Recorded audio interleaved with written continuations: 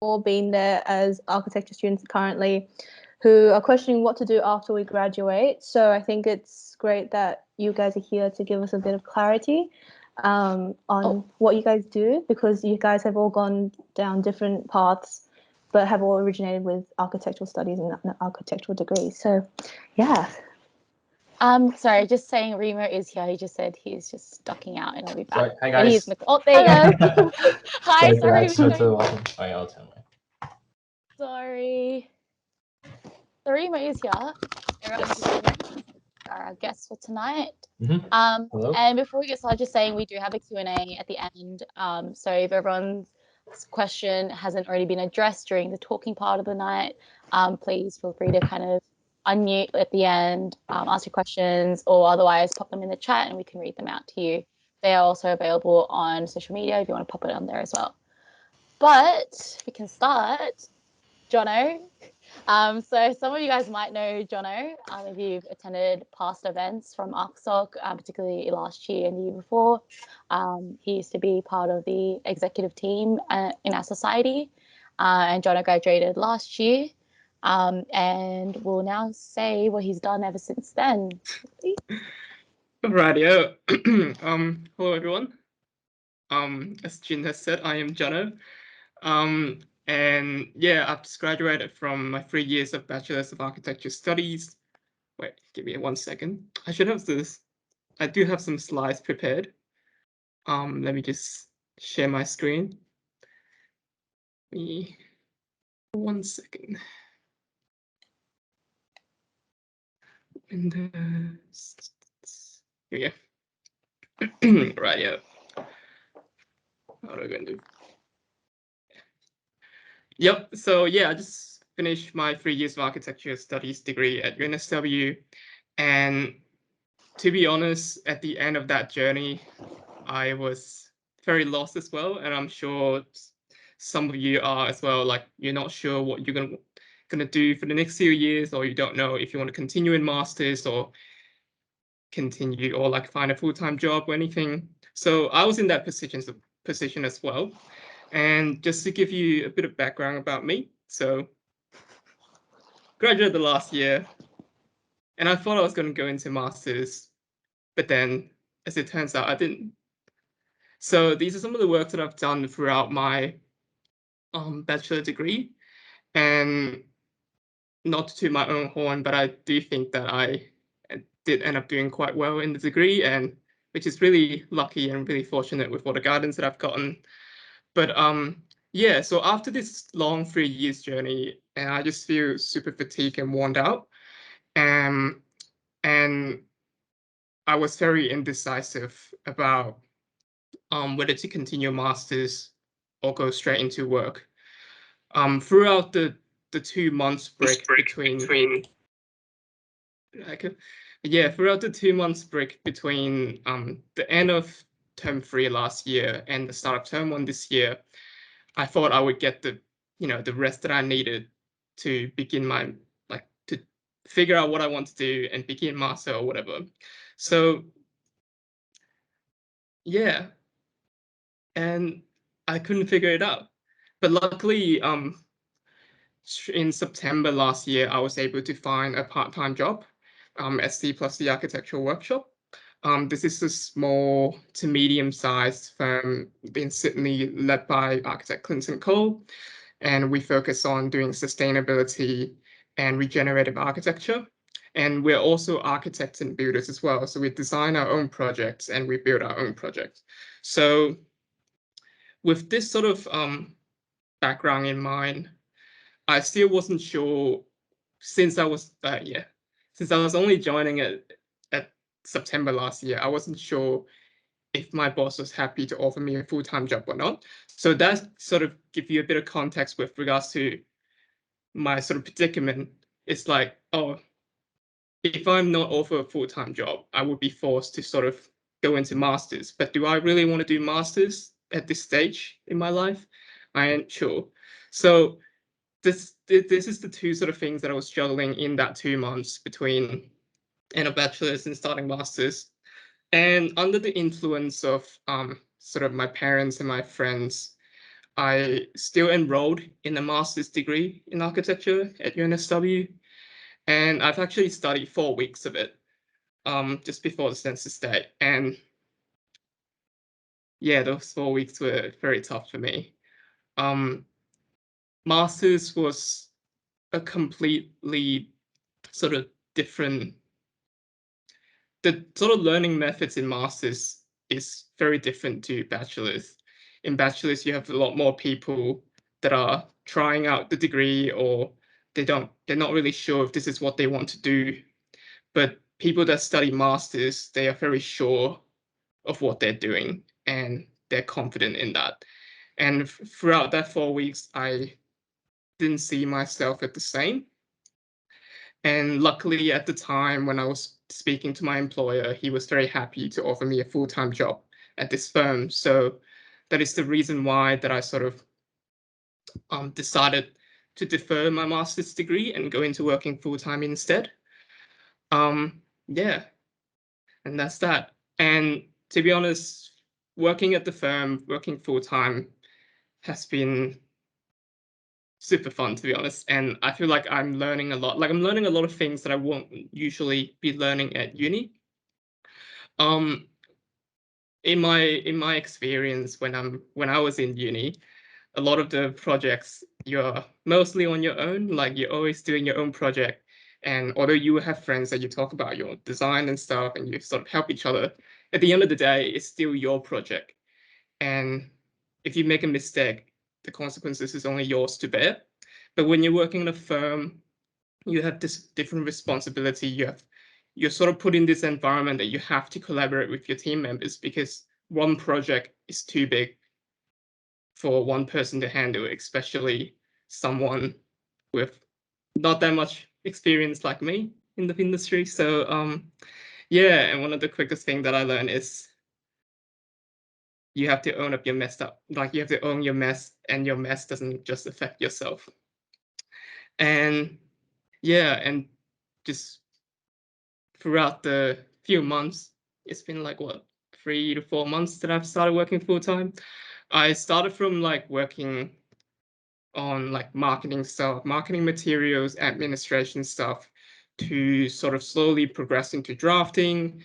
And then now I'm just assisting on multiple projects with senior members on documentations. And also I was recently just given a small little project that I was leading by myself, which was very good. And I certainly learned a lot from it. And at the end of the day, there is no one single pathway that you should take. And there's no one that tells you, oh yeah, you must do masters after work to become an architect or that. Like it's really up to what sort of makes you happy and what sort of, I know that's sort of like very naive thing to say, or a very cliche thing to say, but do something that you think is good for yourself and don't listen to anyone else. Well, you should listen to people, but like don't be too hung up on what other people tells you what to do, because at the end of the day, almost no one knows what they're doing, but people are confident in their knowledge and they're confident in their skills, and they eventually make it. So be confident in yourself, figure out what you want to do, and yeah, good luck. Thanks, Jono. We'll definitely have a lot of questions for you at the end, but I think what you said obviously rings true and is relatable for not only all of us, but particularly people coming up to the end of their, I guess, undergrad journey. And it's a good example of how it's never too late, I guess, to just change your mind and just do what you really want to do. So that's a really good introduction there to our night. And like I said, we'll have a lot of questions for you at the end. So thank you. And then our next one is Isabelle. So if you guys don't know already, which I'm sure you will, for first year, you guys will have known her as your course convener for Studio 1 this year. And for third years, you would have seen her in Studio 4, in Ainsley's studio. Will, myself, and a couple of others had the privilege of having her as our toot. And she's amazing, well-travelled, and just have a lot of experience to tell us. So keen to hear from her tonight. Thank you, Jean. So thank you everybody. Thank you for having me. First thing, thank you for inviting me. I think it is, again, I think it's a great opportunity to get together tonight, despite the current circumstances, so we can kind of feel close to each other. I prepared a presentation, and then I'm going to take you through my professional journey. The last one, I'm kind of, yeah, okay, done. And then share my screen. Okay, so can you see the screen? Yeah, you can. Yeah, okay. So I'm going to start, I start my presentation with this quote that it said, design is people, and I'm going to tell you why, because, to me, people is, it is really important, and what we do for people, and so that's why I always like to start with this quote. Let me pull it full screen. I don't know why I can't.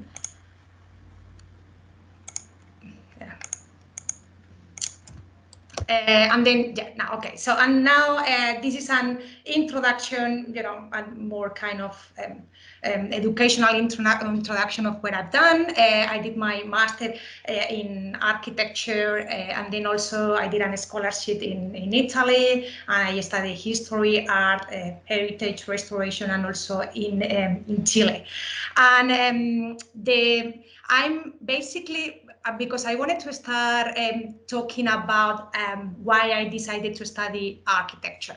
And basically I decided to study it because I'm a really curious person, and I have a lot of curiosity about everything. And when I was at high school, I liked everything. So I like math, I like philosophy, I like history, design, and then to me, so architecture, mix everything together. So it's a mix of everything. I also love chemistry, but I couldn't fit chemistry in architecture. But the rest of the kind of the courses and subjects, they are all are in architecture. Here in Australia, I know that much, but for example, in Spain, an architect is in charge of everything. So it's in charge from the scratch to the final product, including construction technologies, and then the calculation of a structure. And I remember that when I studied, I used to calculate the structures. For those that you haven't realized yet, that I guess most of you have already realized where my accent is coming from. I'm coming from this part of the world, that is Spain, and I'm going to, and especially from this area in kind of the middle of Spain, which is not a kind of fancy place. It's not, it's not the south, it's not Barcelona, it's not Madrid. It's a rural area in the middle of Spain with a lot of identity, and also with a lot of, yeah, Jean? Sorry, were you showing your screen? Sorry, couldn't see it. I just realized you were talking about your screen. Sorry, Isabel. So, yeah. Yeah? Now we can see it, yeah. Okay, so now you can see it? Okay. Thank you. So then you didn't see the previous one. You didn't see this one, and so this was the first one, and then this is the second one, where I was talking about my master in architecture, the scholarship in Torino, then in Chile, and then I've been working for myself. For myself since I was probably your age, because I bold and I brave, and I always say yes when it comes to a challenge. I think, and also I embrace mistakes, because I think there is a lot of learning and a lot of growing in making mistakes. So don't be afraid of making mistakes. And then, so this is also, I wanted to share this. This map, and And then, so I was saying that I was from this part of Spain, middle of Spain, this area. And it is important to know also the geographical location, because I think everything is relating with this background, or the how people live, because if we are designing for people, we need to understand their needs and also their culture and their background. So this is the area in a space that I'm coming from, let's say like the state, it could be here. This is my city. This is another photo of my city. These are the surroundings of the main city. And this is my small town. So this is where I'm coming from, where my parents live, and when I was living until I was 18 years old. So you know the kind of architecture and how and kind of the rich culture and how everything it is, it refers to this kind of sense of belonging, and then sometimes just one way of doing things. So sometimes when you try to change and propose things in a different way, it is also a challenge, but there is a lot of beauty in challenges, and then in try to do things in a different way, or maybe no, maybe keep doing what it's been done if it's something that is good, or if it's working bad.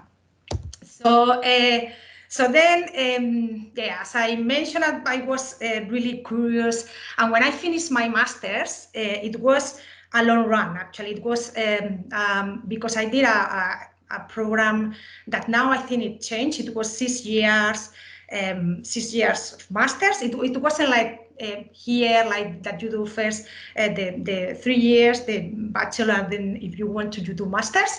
In Spain, back in the days, I think also now is the same. If you want to become an architect, it's like this long kind of program.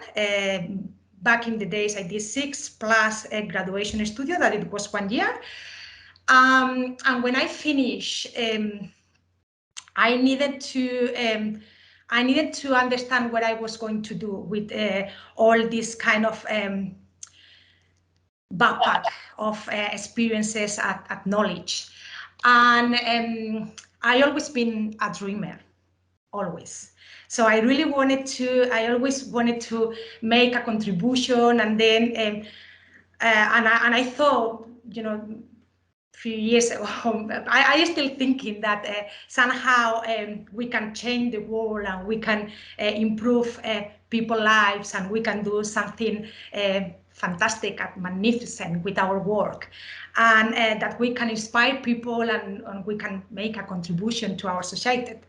So then I decided to go. I mean, I got this scholarship in South America, but I mean, and I couldn't choose. And yes, I could choose any part of the world, but I decided to go to South America because I was really interested in the literacy and cinema and culture and music and architecture and art and history. And I really wanted to dream from all of these ways of living and values, and then understand how people live there, and also try to see how I could help, you know, with my skills.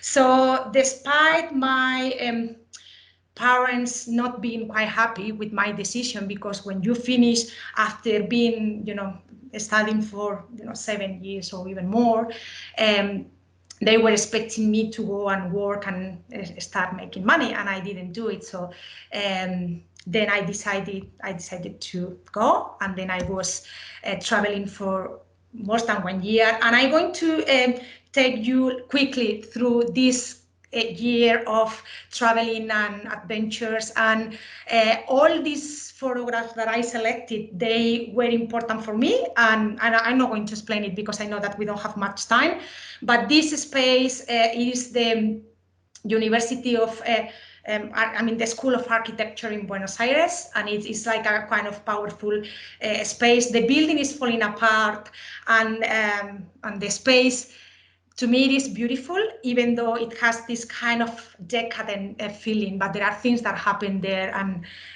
it was really powerful and really inspiring for me.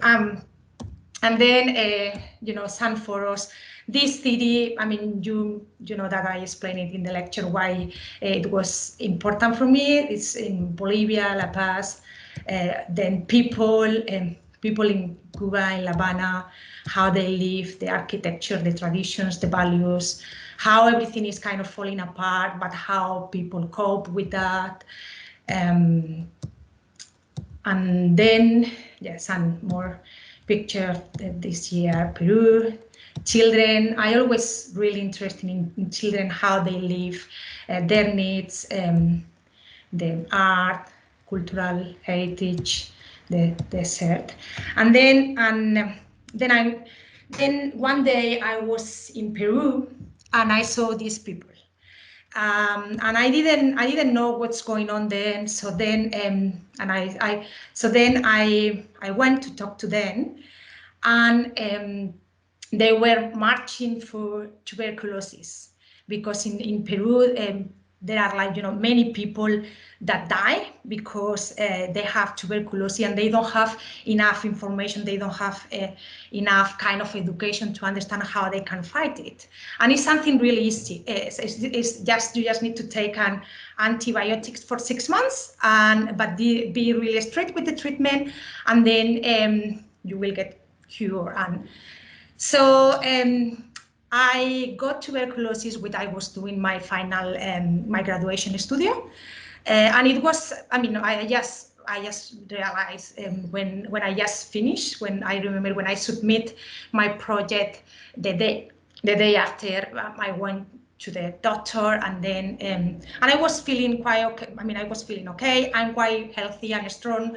It was just you know, I don't know if bad luck, but I got it, and it's not. I mean, it's nothing serious, believe me. But it's like a bit of a stigma with this illness. So I mean, to me, it was, I just took this antibiotic for 6 months, and then I was over. So when I went there and I saw that people was dying because they didn't have enough education and information about that, I was in shock. And I said, what is happening? So then I went and talked to the doctors, and then I explained to them. I said, look, I just recovered from that, and then I'm healthy. And they say, why don't you join us? Because if we are going to go to raise awareness about tuberculosis. So if you come with us, and then they see you, because they are Indian people. So if they see you with your kind of Spanish accent from Spain, which is quite strong, as you can tell. So they will listen to you, and then they will understand that is something that, you know, can be cured, and is not that serious, and people will know how to kind of fight the illness. So I say, of course, I mean, I'm here to try to find the meaning of kind of my life, or what I'm going to do with the skills that I have.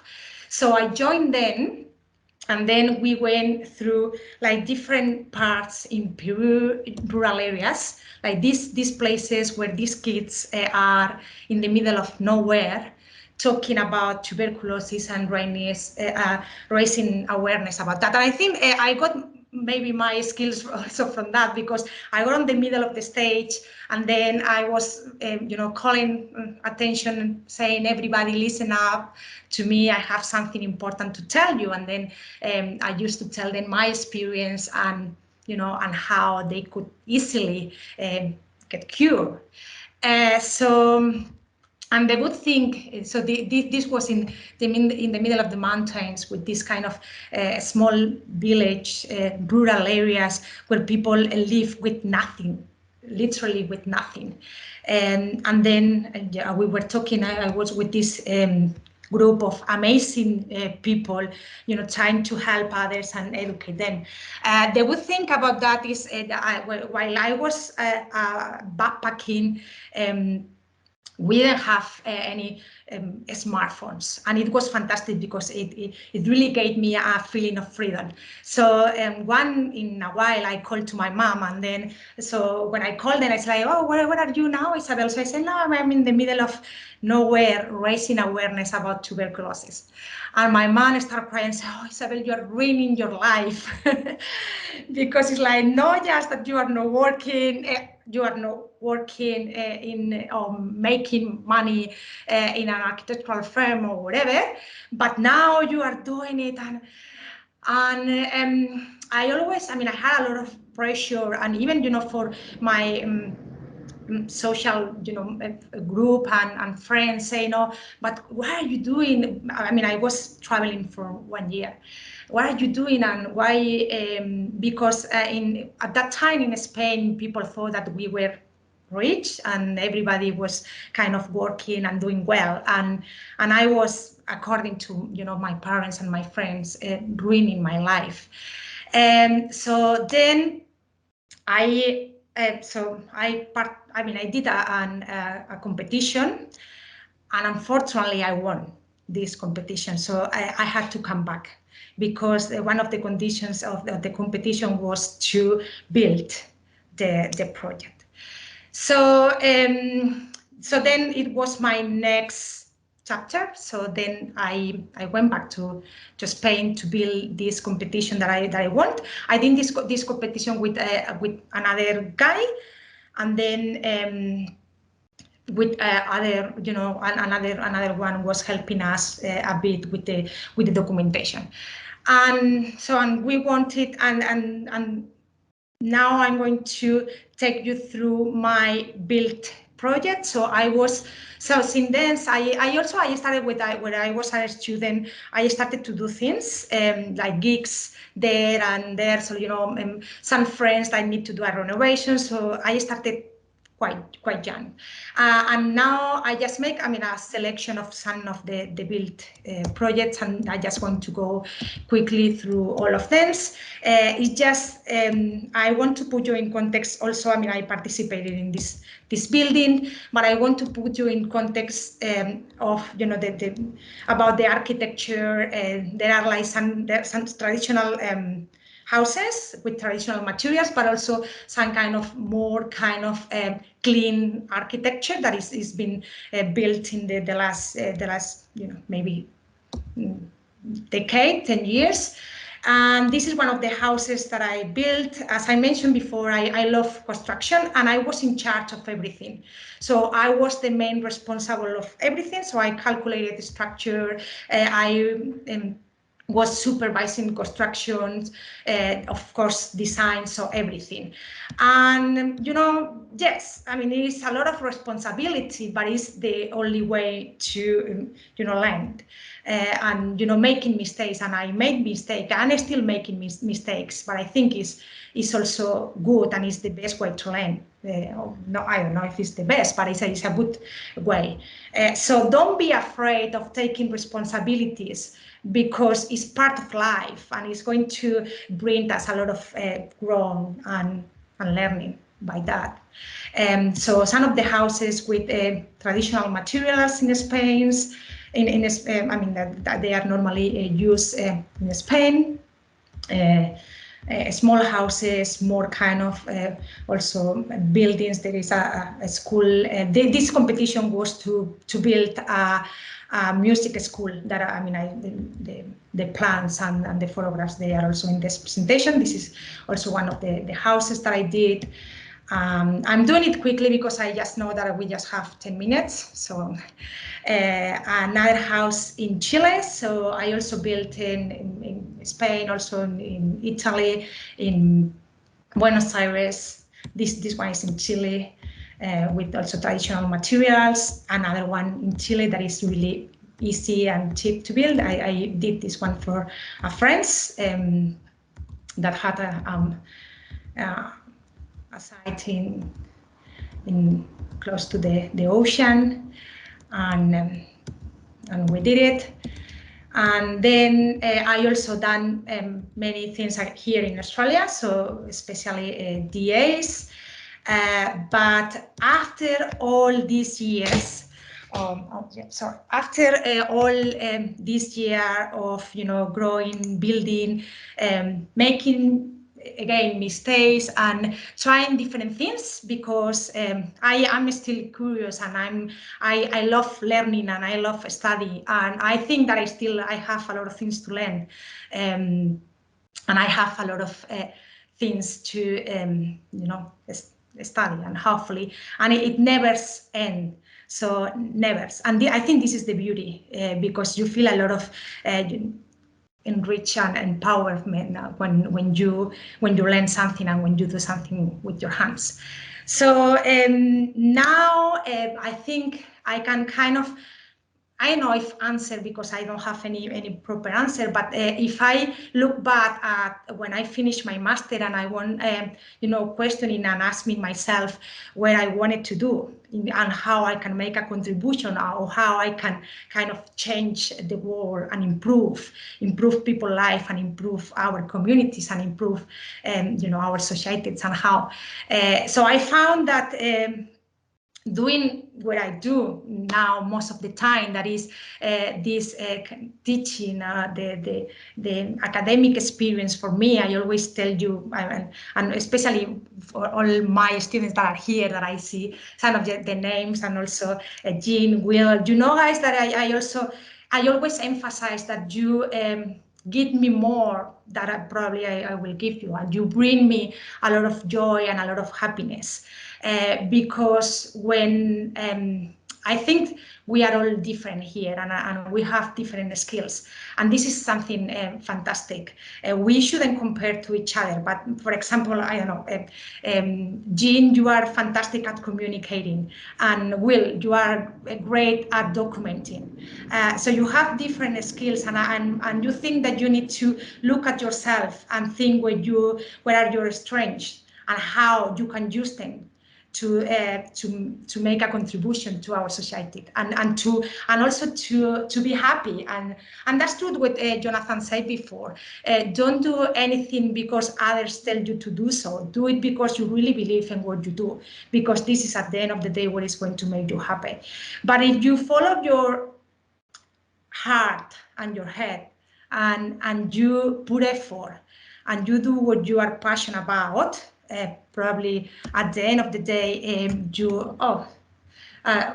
probably at the end of the day you will be happy, and you will be successful, even though, and this is something important, success is something that must define yourself. So you are the only one that can define if you are successful or not, because you need to live, with yourself and with these feelings and with this kind of fulfillment or happiness. So if you look at yourself and then and you ask you how long I am going to work to make my dreams come true, I suggest you answer as long as it takes, because it's not going to be from one day to another.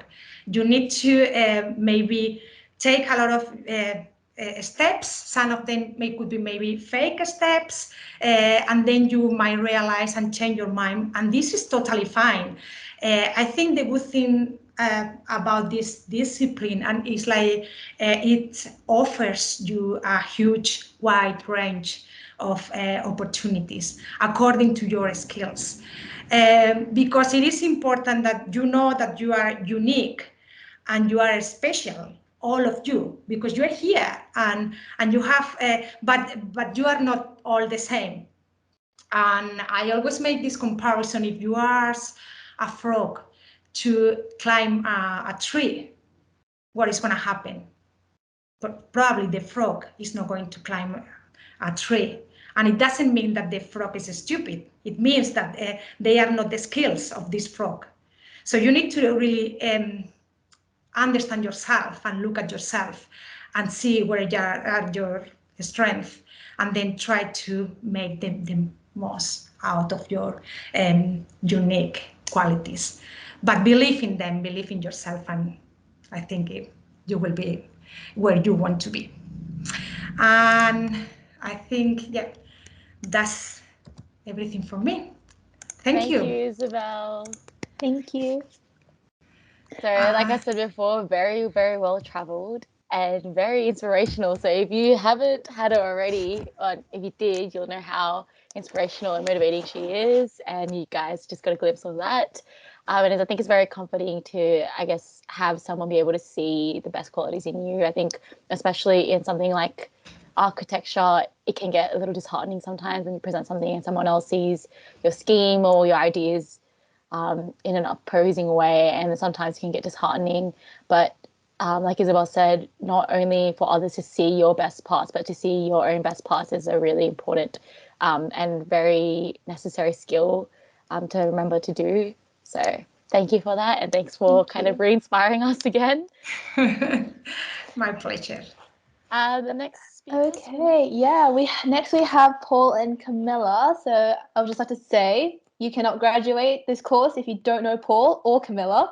Paul is the head of architecture, and many of you would know him from enabling skills or history. And similarly with Kamila, you would have had the privilege to have her as a tutor in studio courses as well as history. And so they'll talk about the path of research and an academic path in architecture. So, you guys. Thank you, Renee. Kamila, would you like to start us off? Oh, really? Okay, I thought you were going first. So sure, I can go.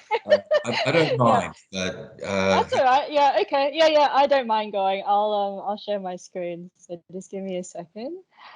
Let's see.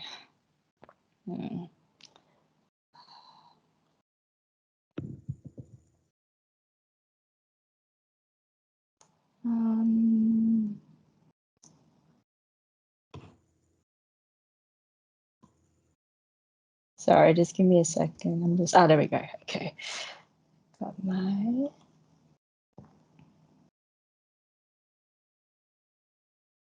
Okay. Alrighty, just uploading my PowerPoint there. Just in the meantime, if you guys haven't signed in already, or like new people in the meeting, could you just sign into the Google Doc that David posted in the chat? That would be greatly appreciated. Thank you.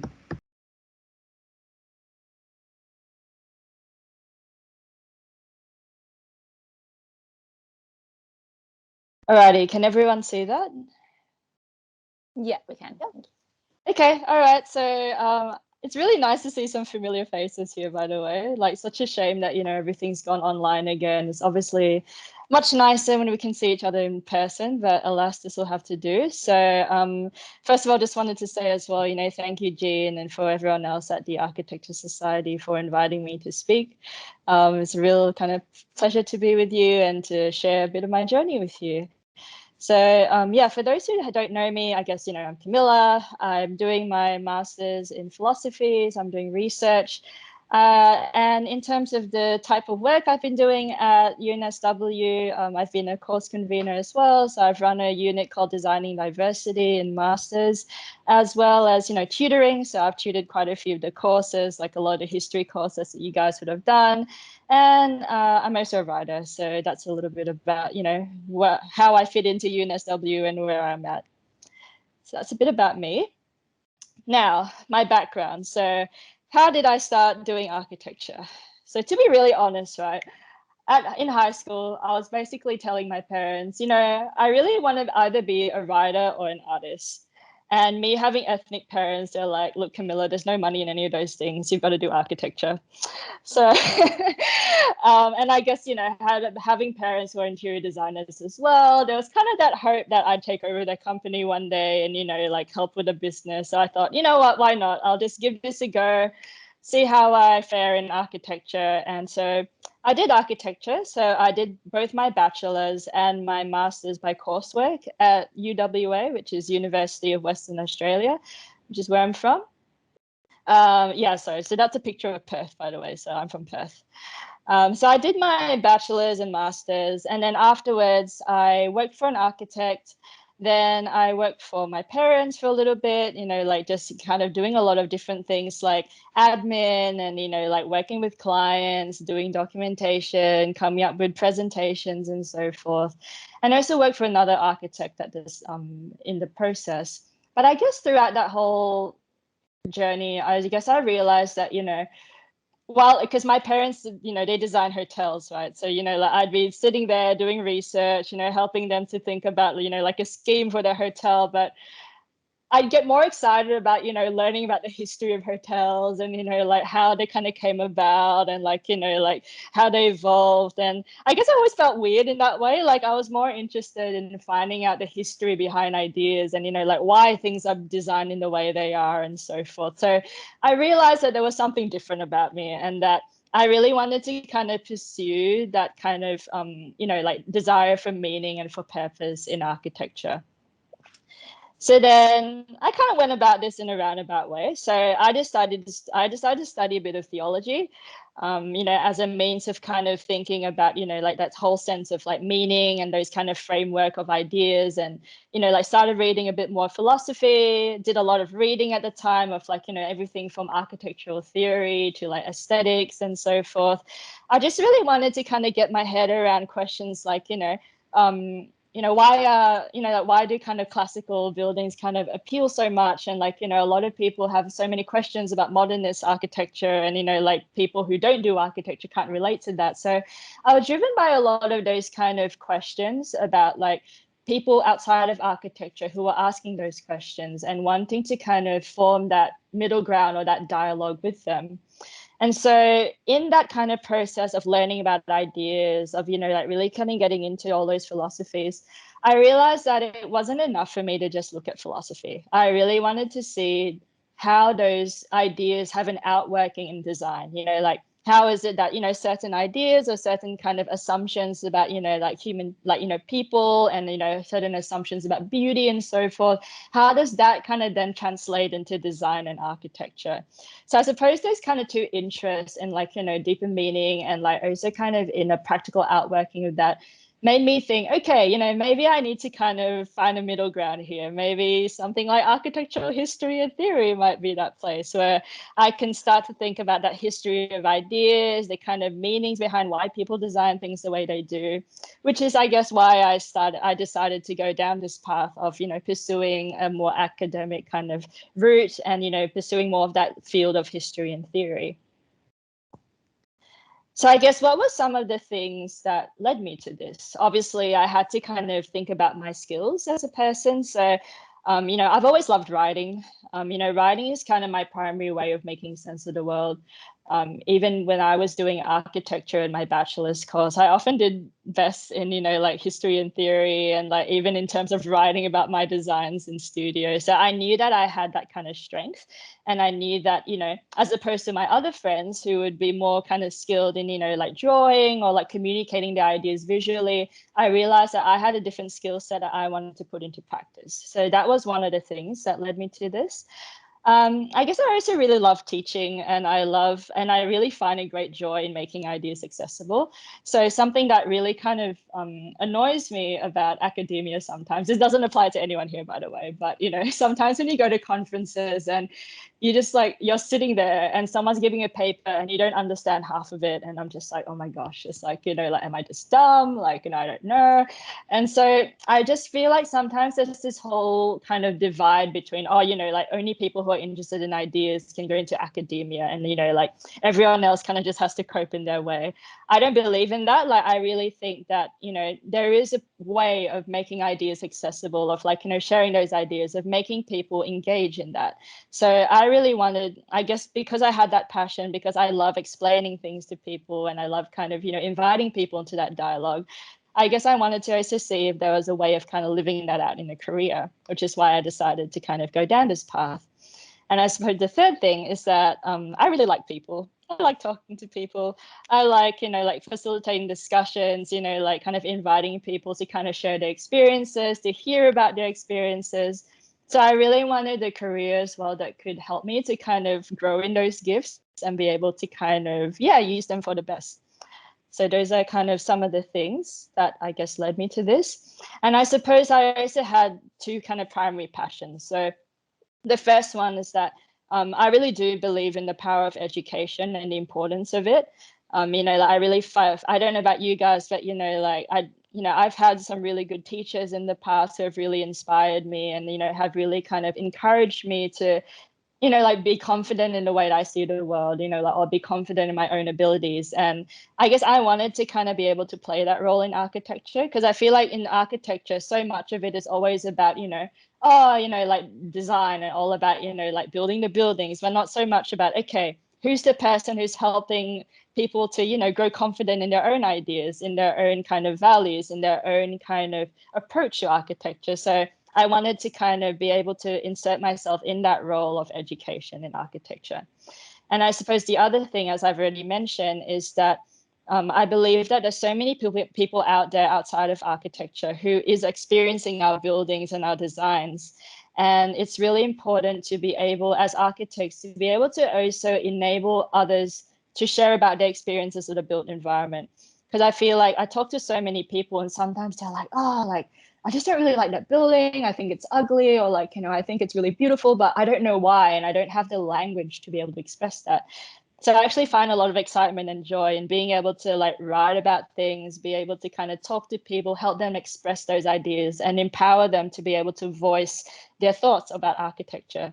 So those are some of the things that I guess, you know, like motivated me as well to be able to go down this path. So the next thing I wanted to talk about is like, you know, obviously some of you might ask, well, like, what are some of the things that this path allows you to do? And so there's two photos there. So the first one at the top is of me presenting at a conference in New Zealand about my thesis. And the second one, it looks like I'm doing karaoke. I'm not. I'm actually giving a talk at a pub about beauty. So I guess like the first part, I guess, is about career-wise. So 3.5 years, you know, I've had a lot of opportunities, which I'm very thankful for, in a sense of, you know, tutoring in 7 different units. I've tutored in both UNSW and Notre Dame as well. So, you know, a bit of theology and also in mostly kind of architectural history. And in this time, like, you know, obviously last year with COVID and things going online, I've also had the privilege of being able to, you know, help to transition some of these courses online, rewrite content, you know, like think about those things, being part of that kind of process of writing material and, you know, like that education process. And yeah, running a master's course as well. I've been a research assistant for one of my supervisors and like writing a journal article for publication. And yeah, I've also presented at conferences. So those are some of the things that I guess professionally I've been able to do in this pathway. And I guess outside of that, you know, like because I have this passion of being able to engage with people outside of academia, I also try to do things outside, like, you know, I give talks, you know, like I feature on podcasts as well. And I also publish articles in public forums such as the ABC. So, you know, on things like my research. I also published an article last year on, you know, like making sense of COVID and why we're so disorientated in that. So I'm a big believer in kind of, you know, like engaging in the public forum and being able to have those conversations with people. So I guess like I did keep this presentation short because I knew that I only had 10 minutes, but I guess I wanted to end by just talking about, you know, where I see myself going in pursuing this pathway. So the first thing in terms of working in a university context is obviously, you know, like I see myself eventually having a greater role in writing courses, you know, like supporting students. I'm a really big believer in, you know, like not just kind of allowing people the opportunity to, you know, question things or to kind of share ideas or to think critically, but in creating an environment where people feel safe to do so and feel welcome to do so. And I often think that nowadays we live in such a polarized environment where it's very hard for us to express our ideas. And so I really believe in kind of, you know, like, yeah, like creating an environment of empathy, of like, you know, like of compassion, of being able to kind of, yeah, give people that safe space to be able to ask those questions, to make those mistakes. So yeah, like I guess like having that kind of vision of how I teach and like, you know, like wanting to kind of make that more of a culture within a university. And I guess including that, you know, is about creating a more inclusive and interdisciplinary culture. Obviously, with me and my kind of mixed interests, you know, I really do believe that architecture is not something in isolation, but is something that, you know, involves sociology, involves philosophy, involves kind of economics. And I really think that in order to be more holistic designers, we need to have a wider sense of, you know, those aspects of society that do influence our designs as well. And I guess, in doing what I do, and, in my search for meaning and so forth, I do want to kind of create more of that awareness of the meaning and implications of design, and being able to, instill that in students and allow students to be able to kind of explore that for themselves. And I guess, a big part of it is that I do really believe in that formative power of education, and that, sometimes you can design a building and, a few people experience it, but I feel like with education, there's so many students that I meet and so forth. And so I really do feel the gravity of what I do. And I do hope that I'm making an impact through that.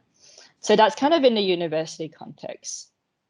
I was meant to have another slide, but I guess the other thing that I wanted to say is that, I also obviously see that, like, in the kind of public forum, like I do want to kind of continue that aspect of, engaging in podcasts, giving talks, writing articles, and really kind of expanding that culture of being able to talk about architecture beyond the architecture campus. And so even thinking about, like the fact that in the history of ideas, like, there's a lot of podcasts on like history and philosophy and art and so forth. And, whenever you kind of have those forums, like, architecture is not always featured in that. So I really do think that architecture needs to be a greater kind of, needs to have a greater role in talking about that kind of history of ideas, and, why it is, like, what makes our society what it is today. And again, like, I also believe in kind of empowering other people to be able to talk about architecture in a way that impacts them. So that for me is personally where I see an academic pathway leading me to and enabling me to do. So that's it from me, and I hope that kind of gives you guys some insight into what I do.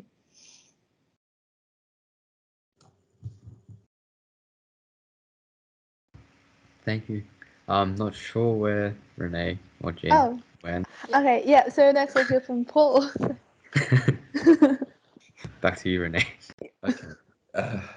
Thanks, and thank you both to Jean and William for inviting me to speak this evening. I must admit, even though I've been at UNSW for a long time, I've had very little to do with the Architecture Society, and that's kind of shame on me, really. And so it's wonderful to engage with you, and I'm very encouraged to see that the society is alive and well, and that you've got lots of things going on. You've got a strong membership. And so all kudos to you, and I hope that you enjoy the rest of the year, no matter sort of whether we're in lockdown or not, together. As the new discipline director for architecture at UNSW, I am more than happy to help in any way I can with your activities, and I know you've got a few things planned. And over the years, I've always been interested in the ball and whether or not staff can actually attend the ball. It's kind of, I've seen the ads and I've thought, oh, wow, I'd love to go and to enjoy the night. But I was never sure if staff were invited or not. So that's a question I have for you, perhaps a bit later. But I understand that there is a ball being planned for a bit later this year, and please count me as someone, your number one ticket buyer, if we are actually invited to come along. But I could understand why not as well at the same time. If you don't want any of your teachers at the ball, I completely understand that. Gosh, I remember my first architectural ball when I was a student at the University of Adelaide. We hired a nightclub, and I definitely wouldn't have wanted any of my tutors or my lecturers watching me. So there you go. But anyway, that's a side note. Just a bit about my background. I'll be brief this evening. I'm from Adelaide. I lived in Adelaide. I was brought up in Adelaide. Half of my family still live in Adelaide, so it's one of my holiday getaways every summer is to go back to Adelaide and see my family. I entered into architecture at Adelaide University, and I did the Bachelors Degree there. And in about third year, I had a choice of doing electives, as you do. And I had the choice of either going in the computer stream or in the history stream. And surprisingly, I went for the computer stream because I thought that was, a lot of my friends were going there, and I spent 2 weeks in the computer stream and decided no. We were doing coding back then, and I had, you know, it was not my thing, and that became very clear. So I transferred into the history stream. And in that stream, at that time, it was run by a lecturer by the name of Stanislaus Fung.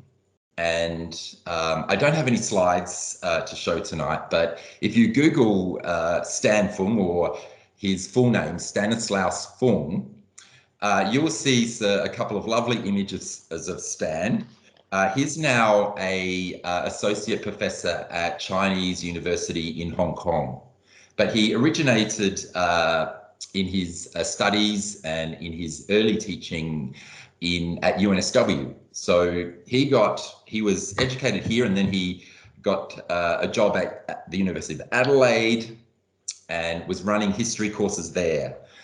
And he was a very important mentor for me. So I guess one of the first things I would have to say as a piece of advice is the importance of mentors and getting to know faculty staff who you like and who you find inspiration in.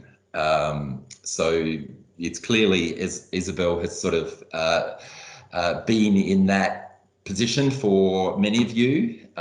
For me, it was Stan. And so he was a very important early figure in my journey. And so I then decided, under Stan, who invited me to attend conferences and started to get me thinking about academic research as a career, and not entering into the master's degree and undertaking the professional degree qualification to become an architect. So I did that. I kind of got seduced into academia through some nice travel, the opportunity to present some research when I entered into an honours degree. So, and the rest is history, really. I went from higher degree step to higher degree step, and it took years and years, a lot of long hours of undertaking my own research on my own. High degree research it can be quite a isolated experience, but I had good supervisors all along and good support around me to do that. So when I finished my Masters of Architecture, Stan was still at the University of Adelaide at that point. I applied for a PhD at the University of New South Wales, and was lucky enough to be granted a PhD government scholarship. So that provided me with the financial means to come to Sydney, and all my friends at that time were leaving Adelaide. You know, that city had become too small for us, and so we were heading in new directions and different directions. Some went to Melbourne, I came to Sydney. And so I started a PhD candidature at UNSW. This is going back, over 2 decades now, back in 1998. So that would be my second sort of station here in terms of what I would like to reflect on is the criticality of the PhD scholarship. That was the key to opening up my future prospects in academia, is just getting that PhD scholarship. If I didn't get the PhD scholarship, I wouldn't have been able to come to Sydney. I wouldn't have been able to do the PhD. And that all hinged on the result I received in my honours degree. And so one of the assessment criteria when you apply for a PhD is your previous research experience, and assessors look at how you have performed in previous research degrees, and honours as an entry-level higher degree research platform served me well, and I managed to get the scholarship. So it can be quite a pivotal moment in anyone's career into academia, is the opportunity to and the ability to get a scholarship, because that provides you with the financial means to undertake 3 years or more of your research. And that can be supplemented with teaching. And I was fortunate to have 2 great supervisors when I arrived in Sydney who gave me some tutoring work in their courses. And so that began my time in as a university teacher, teaching in the undergraduate degree. We only had an undergraduate degree back then. There wasn't anything like a master's back when I started. It was 5 years of a bachelor's. And so I taught in that, in the history area, and things just then evolved after that. I was given more and more responsibility in terms of my teaching. And I finished my PhD after 6 years, or maybe even more. I lost count. It wasn't a time when you had to finish in such a strict time frame as you do now. It was a bit more open-ended and a bit more relaxed. But these days, the expectation is that you would finish a PhD in 3.5 to 4 years. I think I took 6 years in the end to complete that. But it was quite a journey, but that's another story. I don't want to bore you with the details of my PhD. But it did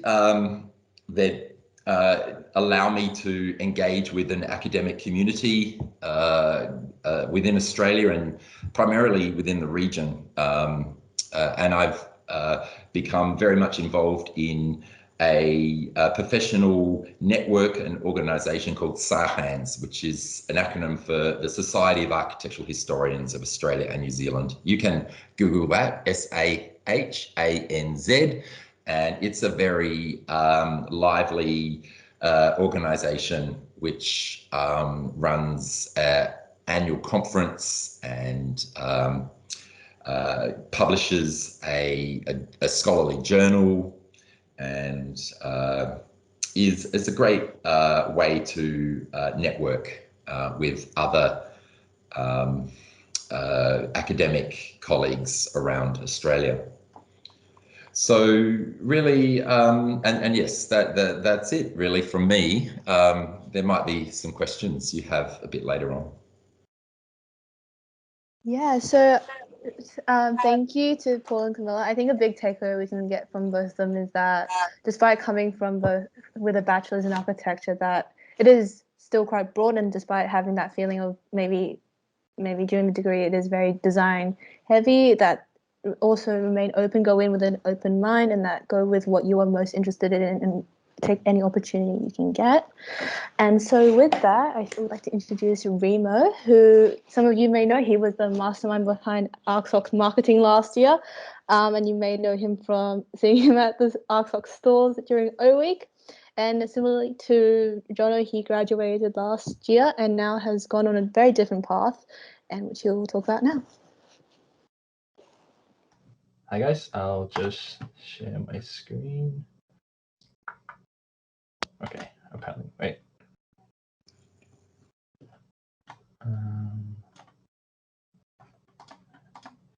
There we go. Yep, so as Renee said, I was the previous marketing director of ARCHSOC for a couple of years. I finished my undergraduate last year, just like Jono, and I have, instead of going into a Masters of Architecture, I decided to change it up and go into a Masters of Property Development. And I'll go through what my thought process was and why I did that and what I was kind of thinking in your guys' position. If I'm assuming you guys are mostly in third year undergrad. So the Masters of Property Development is kind of like a commerce subject mixed with the built environment.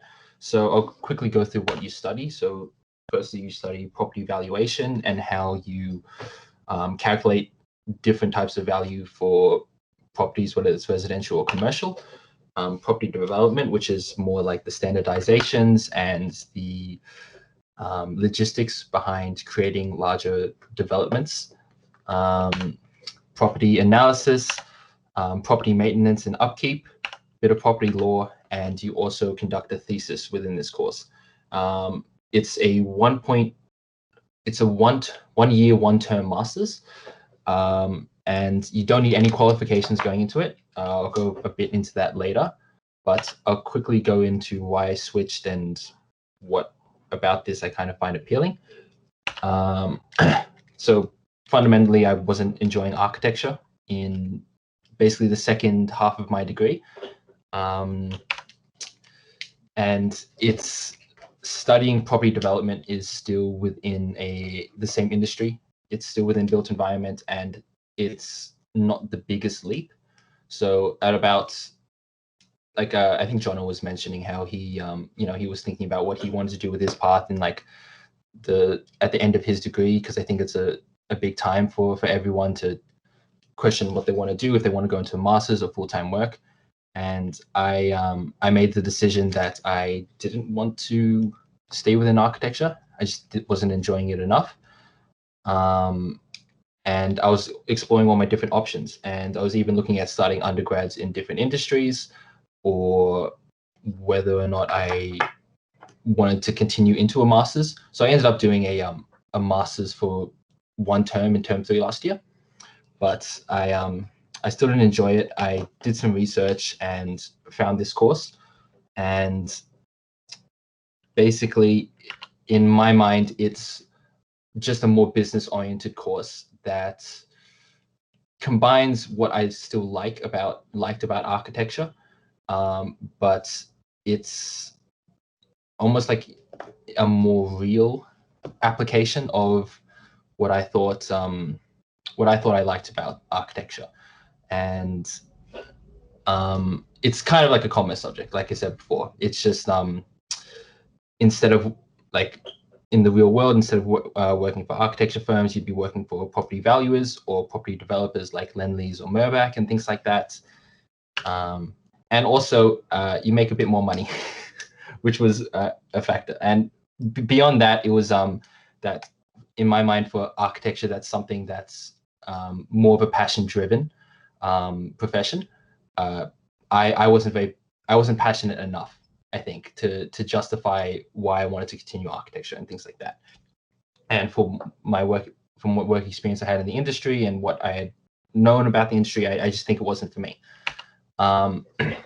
So do you need any experience going in? Nope. They teach you everything from scratch. So it's the course conveners are very helpful, and they'll guide you through everything. The jargon is a bit different and a lot more business-minded, and there's a lot of things that you kind of have to, everyone speaks very differently, and there's a lot of things that are assumed, but you can pick it all up. So what exactly is the course like? So it's a mixture of like simple calculations and analysis of all that stuff. It's very applicable to the real world. So a lot of the assignments you do will be involving finding a property in Sydney and analyzing its value, or creating a development in Australia somewhere, or even internationally, and what would make that valuable, or analyzing the area and things like that.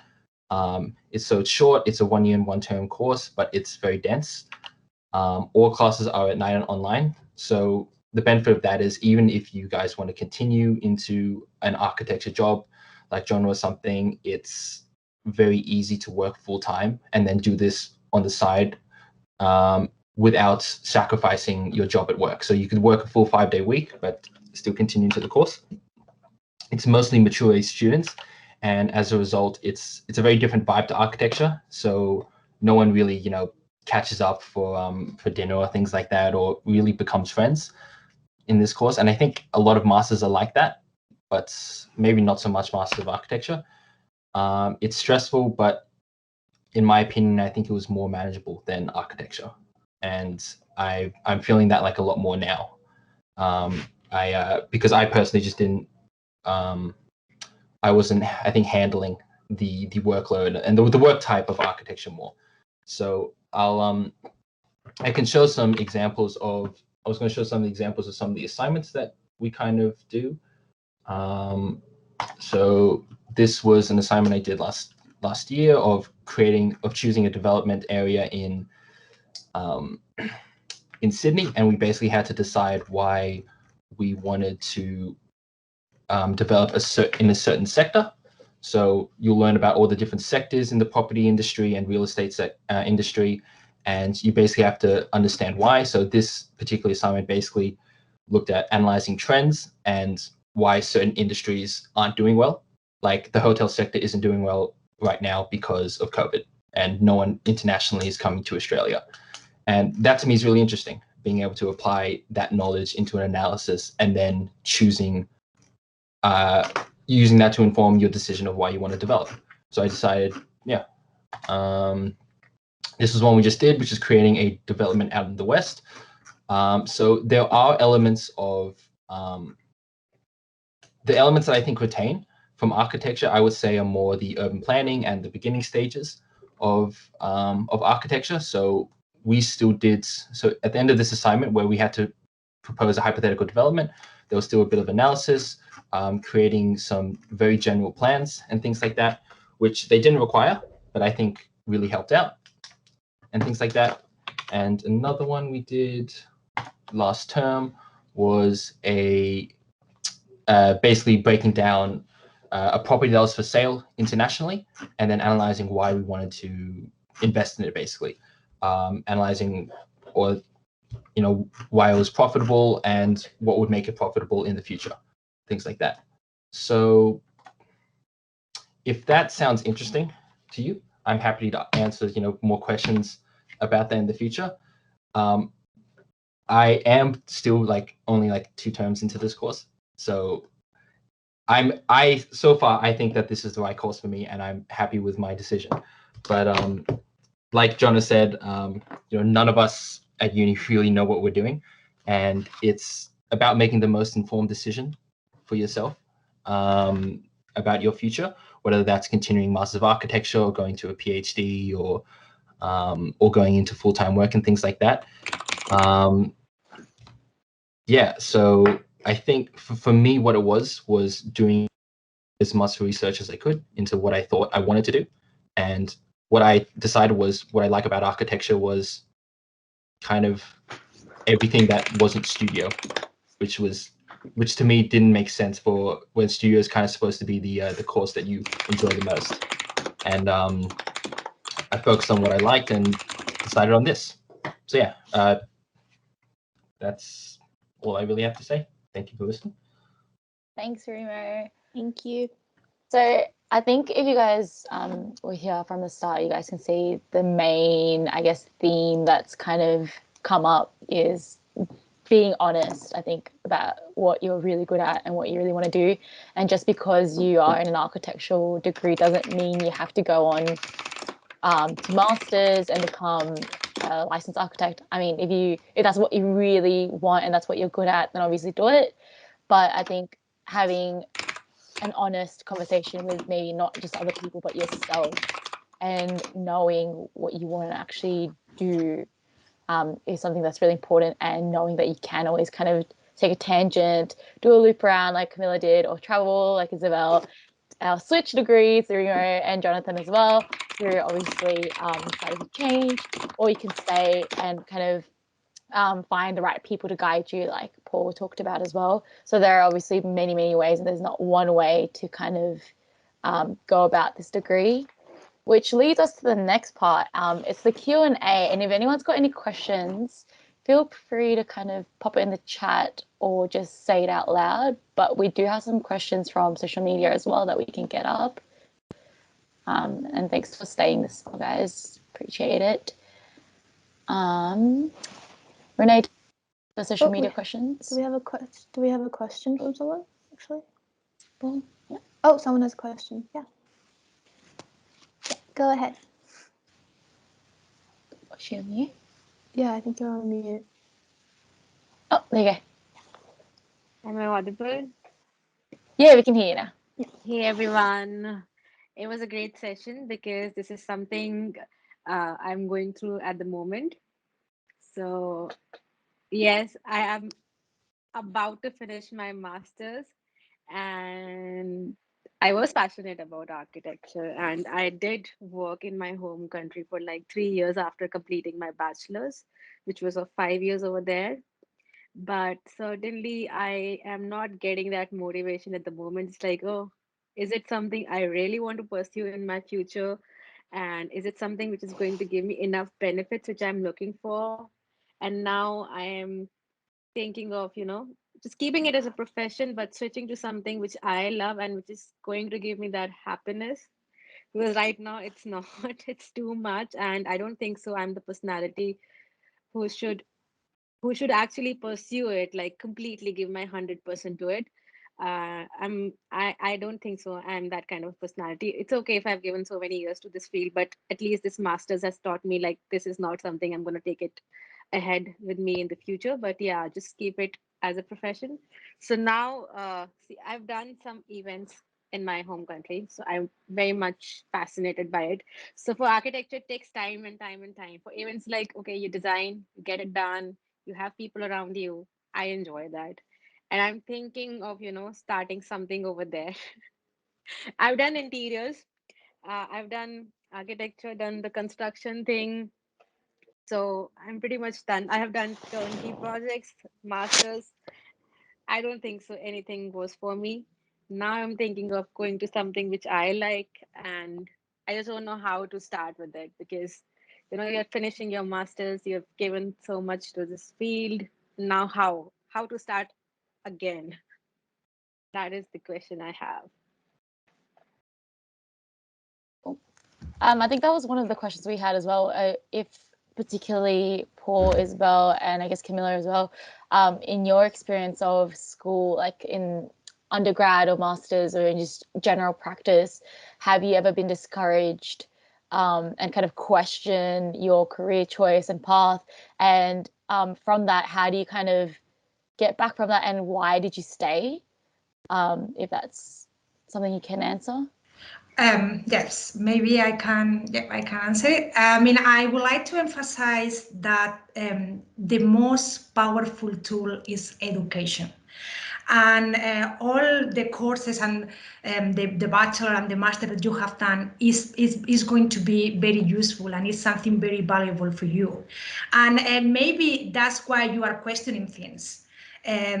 Because you are able to think, and you are able to have a critical thinking and to know what you want to do in life, or maybe you don't know it because you are going to be questioning it all the time. I'm questioning myself all the time, but it because I have this kind of personality that I really need to believe in what I do.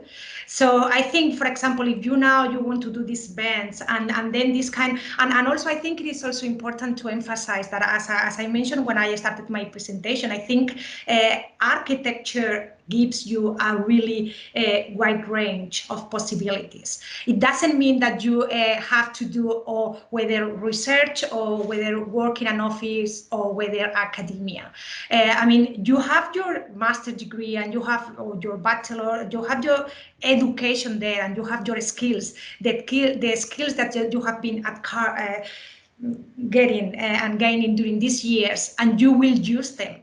I mean, you at some point or in some way or in another, you will use it. But I think it is important to have a good education, and I think this is the most important thing. And if you ask me tonight if you should go along with your studies and with your education, I would say absolutely. And you don't sometimes you're rushing too much, guys, and I think you should enjoy the process. Enjoy the time that you spend at uni, because uni is this magical place with everything all the dreams can become true, and you are allowed to dream, and you are allowed to think, and you are allowed to question. And it is important, I mean, for me, and I always say that I want my students to be thinkers. I don't want them to be drafters, or I want them to think and make decisions, and this is really important. So you are making a decision now, and then when you question and you think, I don't like it, you also are able to use the skills that you have been getting during these years. So don't think that is not useful and that you are not going to use it, because you are already using it. Then another thing that I would like to emphasize is that by having a background in architecture, and again, I'm going to also to emphasize this, the individual skills that everybody has, and how you need to embrace them. But then, for example, for this kind of artistic sensitive people, you can go and go in and work in a museum. There is or curate work, for example, or our work, if you are interested in details in spaces, in this kind of the quality and the experience, the user experience, you can do it by being an architect. And you can kind of guide your pathway in a kind of a slightly different direction, but within these kind of skills that you gained by doing this, this bachelor or this master's, or by getting yourself into this discipline. There is, for example, that I don't know, maybe Paul knows more about that, but I was exploring also this possibility a few years ago, and here in New South Wales there is a department that I think is creating New South Wales. Is that, Paul, the one that managed the 5 museums? Is a department in the infrastructure department in New South Wales that they are managing now 5 museums, yeah, and they. It's called Sydney Living Museums. It used to be the Historic Houses Trust of New South Wales, but now it's called Sydney Living Museums. But is this department within the infrastructure department of New South Wales, right? It is as a government. Yes, it's a government arm of government. Yeah, it's public. Yeah, exactly. It's a public sort of organization. So it doesn't mean that you are going to work as a purely architect, but you need to have this background and this knowledge. For example, I don't know if you are interested in art or for example in philosophy. I think there is a lot of strategy and thinking, of course, in architecture that is also linked with philosophy, and it can be the research part. It can be the more kind of technical one. So for those that are really interested in more construction and more kind of the technical details. So I think there are many different possibilities, as many different personalities, as many different students. And I think this is the beauty of this profession. So don't be, close-minded in the sense of saying, oh, I just can whether do research or just go and work in an office. And also, I think another beautiful part is that we can work independently. That is something that also has brought me a lot of joy and happiness. The fact that I can work for myself. I can have my own practice. So, but my and I think it is important to emphasize this, never underestimate the value of education, because this is the most precious tool that any human being can have, like being educated. I mean, that's my point. So I think it's part of the process also to question and to not be quite sure. It's going to keep happening during all your life, I guess. I don't know. Okay, thank you. We have a few questions in the chat. So Melissa says, how soon should you start researching and applying for master's scholarships overseas, or like just in general? For now, she says, for now I hope to one day study an architectural master's degree somewhere in Europe because I'm interested in history. So maybe Paul or Kamila could answer that. I could offer. Yeah, you go for it, Paul. Yeah. Thanks, Melissa. It's so, well, you should start as soon as possible, really. It's a matter of identifying places where you would like to study and institutions in which you would like to study, and which institutions offer programs that you find interest in. So it's just a matter of doing internet research on these places and seeing what the conditions are for a student to study there as an international student. So there will be entry requirements, there will be fee structures. Yes, but I would like to add that it may not be, there may be opportunities to do a year of study in Europe and then to return to Australia, and you would be able to get credit for the courses you do overseas towards your degrees here in Australia. So it's something to consider if you're not, if after some research you decide that moving overseas for some period of time to undertake a full degree is not for you, then you can apply to do some courses which might count for some credit for your degrees back here in Australia. Can I just add something quickly, like to what Paul said as well? So Melissa, again, it's good to hear from you. Had you last term, so yeah, it's really nice to see a familiar face again. But I guess like I'm not too sure what you mean by being interested in history. So I suppose like if in the long term you see yourself more as like a historian and in pursuing that more kind of theoretical path, and I think something that I guess look back at and wish that I did was that I wish I did what Paul did, which was an honors after my bachelor. So because, I guess throughout my degree when I was going through it, even though I really loved history, there was a part of me that doubted whether it could actually amount to anything or whether, like I could actually have a career out of it. So I never really kind of put the foundations in place when I was doing my in my bachelor's to be able to kind of even consider that as a career path. And so, that's part of the reason why I'm now doing a master's in research as opposed to a PhD. So I guess like, if you are already set in that path and you know what you want to do, then perhaps like even kind of pursuing an honors might be an option. And then from there, you might then, you have had that chance to then go straight into a PhD. So really depends on what you want to do in terms of, whether it's research or whether you're just kind of wanting to be a practitioner but are interested in history.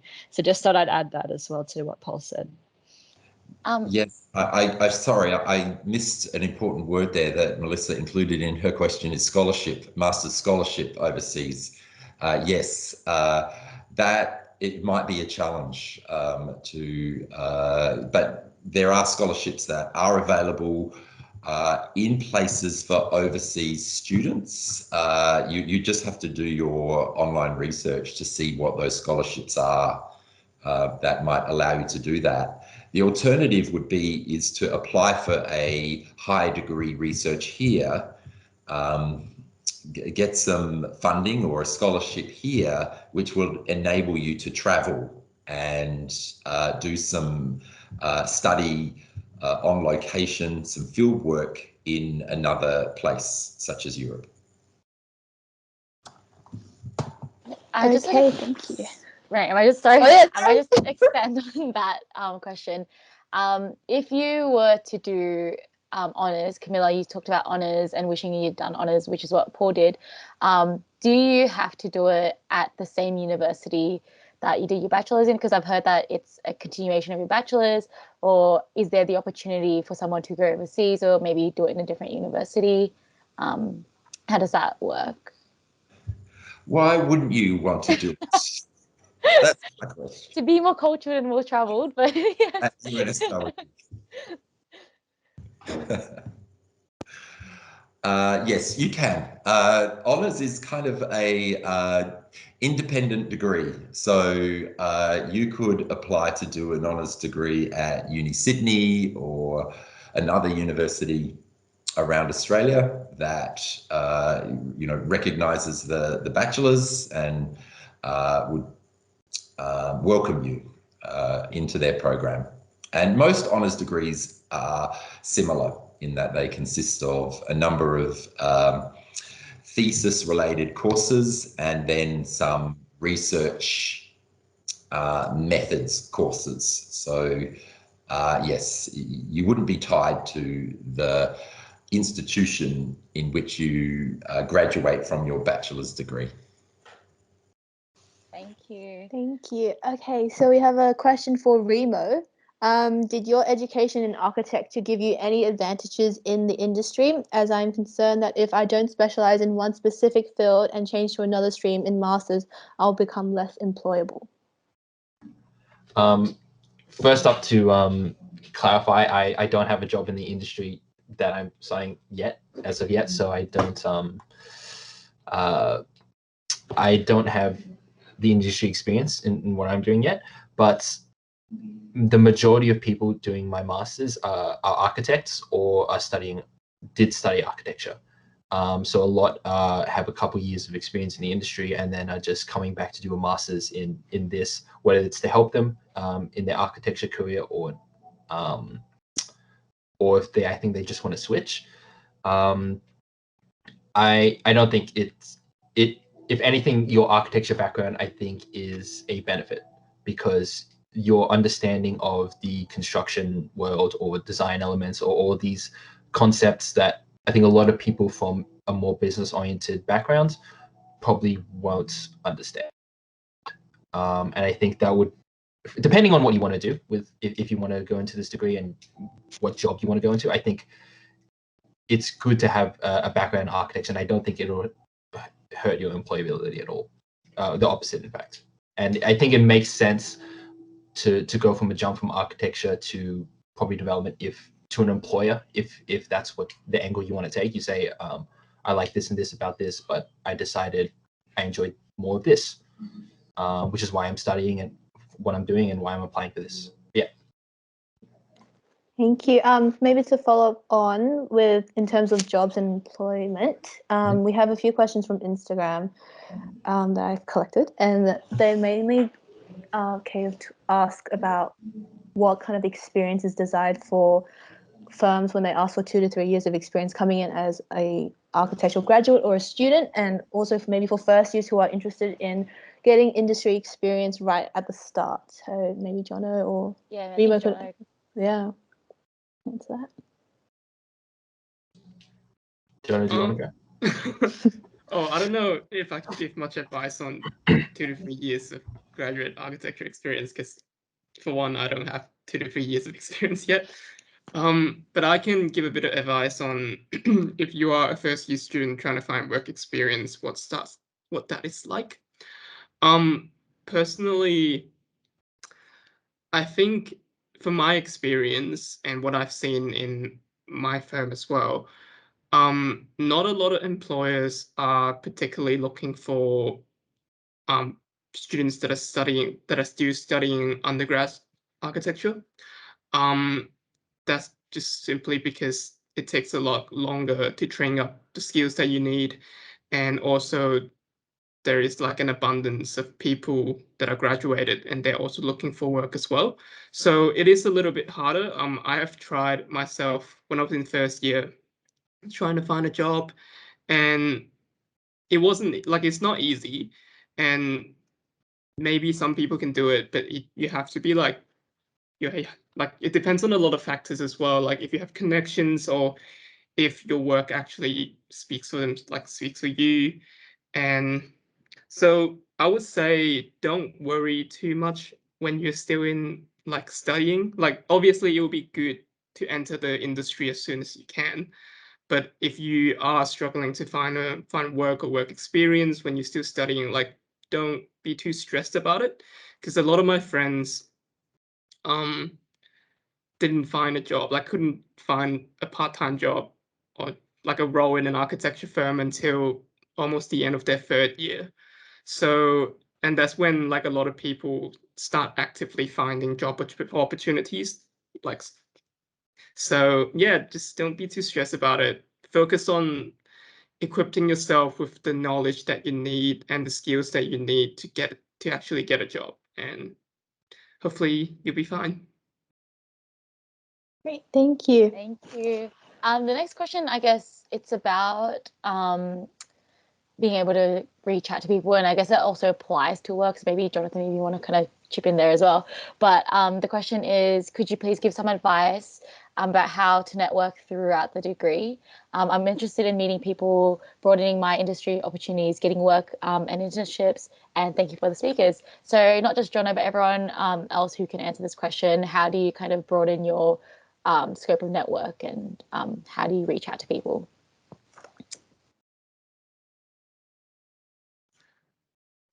Yeah, I guess I would again trying to offer some of my humble advice.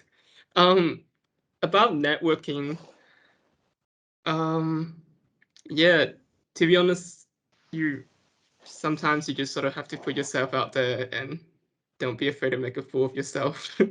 I remember like for me, I don't have, like, none of my family does anything remotely related to art or architecture or anything. So I come from a background that I don't have any connections to the industry, which it's not that great when you're starting to look for a job and stuff. And I remember when I was in first year during like the holiday break, I was so desperate and I was so stressed out, and I tried to find work experience. And I remember going to this exhibition. It's about like some innovative technology or something else, and there were some architects there, and I just sort of, I just walked up and be like, oh yeah, I like your stuff, and like just sort of started talking to them, and eventually got into the point that, oh, like, I'm really interested and I'm trying to find a work experience, and can I send you my folio, my resume, and all that? And they were like, yeah, sure. So I sent it through, and I did get an interview. Unfortunately, that job was in Hong Kong, and I couldn't stay there for too long to do it. But sometimes you just have to, put yourself out there and sort of be confident, and always, one thing is always have your folio and your resume ready so that when the opportunities do come, you can like actually send it out to people. And yeah, and about getting connection within your cohort, and just, I know it's a bit hard with COVID and with the lockdown and all that, but when eventually, hopefully, when we do come back, maybe join like the social events that ARCHSOC do, or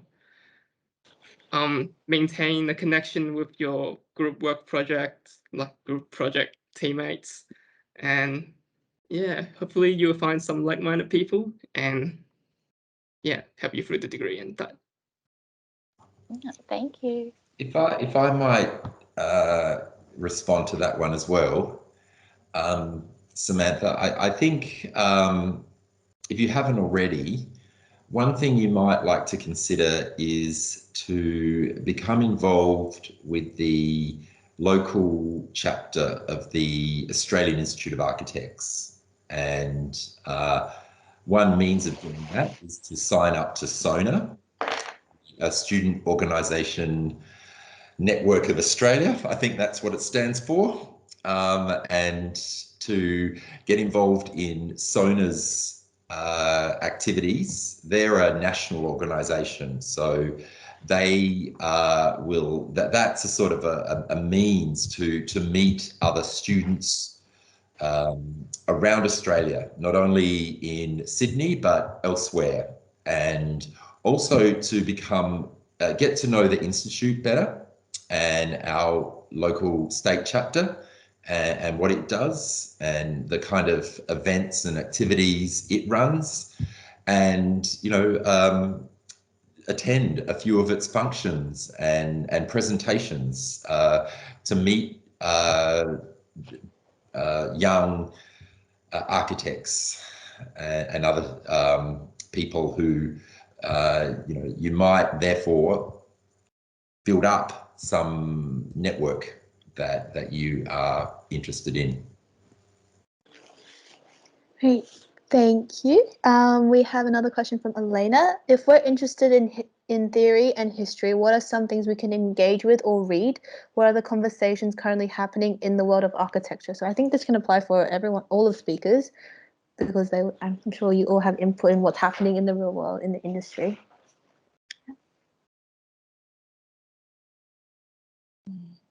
Yeah, so Eleanor, in terms of, I guess maybe I'll answer the part about what you can engage with and read, just because I guess, that's kind of the space that I'm in.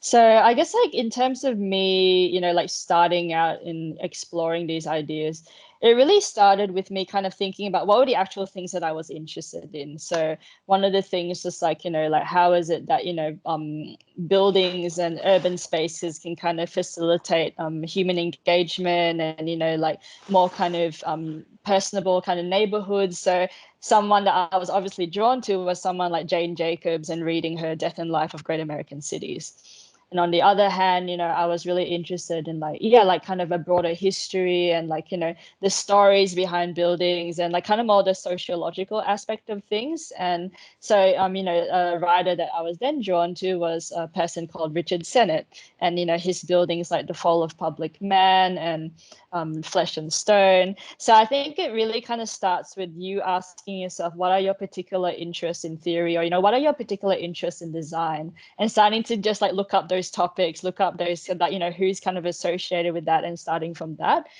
And in terms of kind of a publication that, like in kind of like talks about really insightful things to do with architecture, there's a journal that I follow called Places. So it's actually, it's like a journal that's kind of a collaboration between a lot of different universities. And there's just a lot of kind of interesting contributions from academics and so forth about, not just kind of architecture itself, but, even kind of literature and like, like kind of architectural themes in, Gothic literature and so forth. So that's a kind of nice like place to kind of start with, I suppose, in terms of a publication that you can start reading. So that's my kind of humble contribution. I'll let the others kind of answer the other aspects of the question. Even Isabel, I know you're interested in construction. Is there any like particular construction topics at the moment that you think is very important to know? Well, I think this is the topic now, that is sustainability. So how we can make the cities and more sustainable, and also our way of living, how it can be more sustainable, especially taking into account the current situation that we are experiencing now. And I think it made that reflect about the importance of the small things, and how we need very little to live with. So I think sustainability is really important. If you look at the Lacaton Basalt that are the last prize in architecture, and the kind of architecture that they do, are you familiar with their work with the Lacaton and Basalt? Do you know them? I don't think we're quite familiar, but some of us might be. Okay, so I'm going to share. I mean, they are very famous, and they are the last prize this year, and they try to do a lot with less, and I think this is their philosophy. So I think there is an interesting project that they did. It was also actually a competition, and it was the Paris de Tokyo, Museum de Palais de Tokyo in Paris, where they won this competition by basically doing nothing. So they try to, I think it is like this philosophy of going back to the origin, and then try to kind of minimize the impact, and also always, people and the people experience, the user experience, and the space making. So maybe simple things that we have forgotten, and we try to do this kind of magnificent or opulent buildings, and I think now the trend is kind of the opposite. Go back to the origin with raw material or sustainable materials, to make also this contribution to the planet. So yeah, probably this is the hot topic now. I think that's a really interesting relationship you just identified there about like how understanding past and I guess historical elements of architecture can influence current trends or like directions of architecture. And I think the two can be married really well if you just kind of read into both and not just one. Oh, someone's echoing. But yeah, I think that's a really good answer. So that just keeping in mind what we said before as well, like architecture is really broad and it's not just like one line and everything interrelates. So that's a very good thing to point out. Thank you. There's a few more questions. There's one here from Carson's who's kind of asked a few more so about research and PhDs. The first one is for Kamila and Paul. Do you still get as much involvement with the industry upon completing your PhD? And would you recommend studying a PhD course if being an academic, like in academia realm, isn't one's long-term goal? So like, I guess, in other words, which is something we also had, was who do you recommend gets a PhD and like why would you need that qualification, so to say? Okay, well, I mean, like, I guess I'll give my answer and I guess maybe Paul might have more to say to it. To be honest, I don't really have much involvement with the industry. So I think I've really kind of stepped into more of that kind of realm of writing and history and theory and that engagement with ideas. So I personally don't have that involvement. But in terms of a PhD, so it really depends because, say, for example, like one of the people that I worked for when I first moved to Sydney was an architect who was actually a church architect. So, like he did a lot of research into, like theology and like churches and so forth. And so like, if you have a particular area of specialty that you're really passionate about, then I think perhaps like doing a PhD might be a good way to kind of explore that and to kind of give you credibility in that, and to also really kind of insert yourself into that dialogue and that awareness of what's happening in the world. So, not everyone has to do that, but that might be your particular style. And perhaps if you really are interested as well in that kind of engagement ideas, then, that might be a good way to supplement your practice. So I think there are ways of being able to kind of integrate that theoretical research into your practice. And obviously, like research isn't just history and theory, research can be into sustainability or construction. So again, if you have a very like a particular passion or like interest in something, there's no harm in doing further research into that, because that can always then really kind of enrich your contribution to the industry in the long run. Just to follow on from that, as far as Carlson's questions go, do you still get as much involvement in the industry since if you take up or finish a PhD study? The answer would be depends, as Kamila has said, on what your topic of research is. You can be very much industry focused, and which might involve very close interaction with industry organizations or practices of different sorts, or your research can be a bit more removed from the world of industry and based in libraries and archives like mine is. So it really depends on the topic and the nature of your research. Your research might be very quantitative, or interview driven, or it might be more archival like mine is. The next question, would you recommend studying the PhD course if being in academia is not entirely one's long-term goal? No, that's a definitive no for me. PhD is kind of the avenue towards sort of academic research, although it's not entirely the case. People who do PhDs can go off into work in practice, into heritage within my field. So it depends, but if it's not entirely one's long-term goal, it would depend on what the area of research is and what the sort of opportunities are for employment beyond that. And then also, is honours a crucial requirement to a PhD? It certainly helps. It's kind of something that is part of the, as I pointed out before, the assessment of your prior research experience. So whether you have an honours degree or a master's by research degree, both would sort of count as research experience and would be assessed for any application for a scholarship. But yes, some previous research experience is very advisable before you enter into a PhD. But I must apologise now. I'm going to have to leave the meeting.